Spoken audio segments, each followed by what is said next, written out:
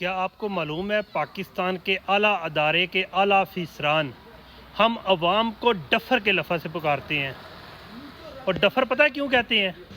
کیونکہ ان کے نزدیک عوام کا سٹیٹس، عوام کی اتنی ویلیو ہے کہ عوام جتنی بھی پریشان ہو، جتنی بھی گالیاں نکال رہی ہو ان کو، بس ان کو ہلکی سی سویٹ کچھ چکھا دیں اور اس کے بعد یہ سب کچھ بھول جاتے ہیں، اور پھر ایک سال گزر جاتا ہے اور پھر ہلکی سی سویٹ چکھاتے ہیں اور پھر یہ لوگ بھول جاتے ہیں۔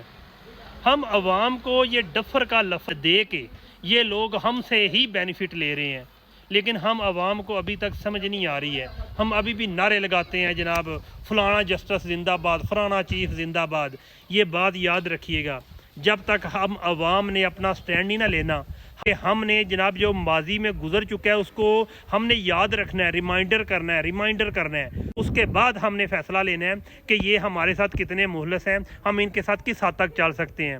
تب تک ہم عوام کے اندر تبدیلی نہیں آ سکتی، تب تک ہم لوگ ڈفر ہی کہلائیں گے۔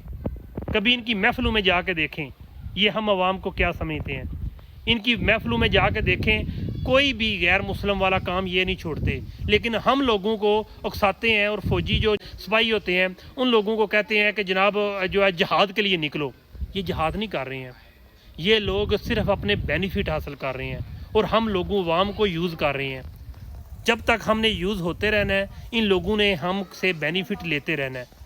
ہمیں سٹینڈ لینا ہوگا، ہمیں سوچنا ہوگا، ہم نے اپنا ڈفر والا داغ ختم کرنا ہوگا۔ فی امان اللہ۔